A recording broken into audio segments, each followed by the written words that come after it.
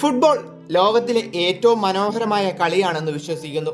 മൈതാനത്ത് അത്ര മിടുക്കനായിരുന്നില്ല, പക്ഷേ അപകടങ്ങൾ മനസ്സിലാക്കാൻ പ്രാപ്തനാക്കിയത് കുട്ടിക്കാലത്തെ ഗോൾ കീപ്പർ ചുമതലയായിരുന്നു. ഒരിക്കൽ ഫുട്ബോളിനെ കുറിച്ച് ലോക സമാധാനത്തിന്റെ കാവൽക്കാരനായി മാറിയ ഫ്രാൻസിസ് മാർപ്പാപ്പ പറഞ്ഞതാണിത്. അല്ലെങ്കിലും ഒരു അർജന്റീനക്കാരന് എങ്ങനെ ഫുട്ബോളിനെ സ്നേഹിക്കാതിരിക്കാൻ കഴിയും? ആ സ്നേഹം അദ്ദേഹത്തിന്റെ മരണം വരെയും ഉണ്ടായിരുന്നു. പണ്ട് ബ്യൂണസ് ഐറസിലെ തെരുവുകളിൽ പഴംതുണികൾ കൊണ്ടുണ്ടാക്കിയ ഫുട്ബോൾ കൊണ്ട് കൂട്ടുകാർക്കൊപ്പം മരിയോ ബർഗോള എന്ന കുട്ടി പന്തു തട്ടി വളർന്നു. പൗരോഹിത്യത്തിലേക്ക് അദ്ദേഹം കടന്നപ്പോഴും ഫുട്ബോളിനോടുള്ള തൻ്റെ ഇഷ്ടം കൈവിട്ടില്ല.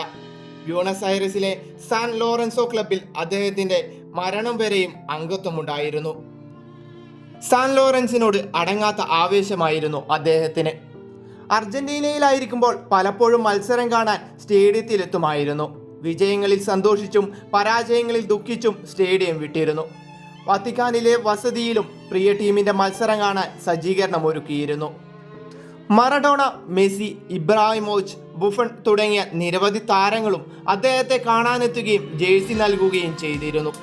2014 അന്നത്തെ മാർപ്പാപ്പയായിരുന്ന ബെനഡിക്ട് 16 മാർപ്പാപ്പയ്ക്കൊപ്പം Argentina Germany football world cup final മത്സരവും കണ്ടു. മെസ്സി, മറഡോണ എന്ന ചോദ്യത്തിന് അദ്ദേഹം നൽകിയ മറുപടി ഇങ്ങനെയായിരുന്നു: രണ്ടുപേരും ലോക ചാമ്പ്യന്മാരാണ്. മറഡോണ ഇതിഹാസ താരമാണ്, മനുഷ്യൻ എന്ന രീതിയിൽ ഒരു പരാജയവും. മെസ്സി മാന്യനായ കളിക്കാരനാണ്. ഇവർ രണ്ടുപേരെയുമല്ല, പെലെയെയാണ് താൻ ഇഷ്ടപ്പെടുന്നത്. അദ്ദേഹം മികച്ച കളിക്കാരനും മികച്ച ഹൃദയത്തിന്റെ ഉടമയുമാണ്. 2022 അർജന്റീന ലോക ജേതാക്കളായപ്പോൾ വിനയത്തോടെ ആഘോഷിക്കുക എന്നതായിരുന്നു ഫ്രാൻസിസ് മാർപ്പാപ്പ നൽകിയ ഉപദേശം. ലോക സമാധാനത്തിന്റെ കാവൽക്കാരനായി മാറിയ ഫ്രാൻസിസ് മാർപ്പാപ്പ, അങ്ങയുടെ വേർപാടിൽ ഞങ്ങൾ ഫുട്ബോൾ ആരാധകരും ഒരുപാട് വേദനിക്കുന്നു.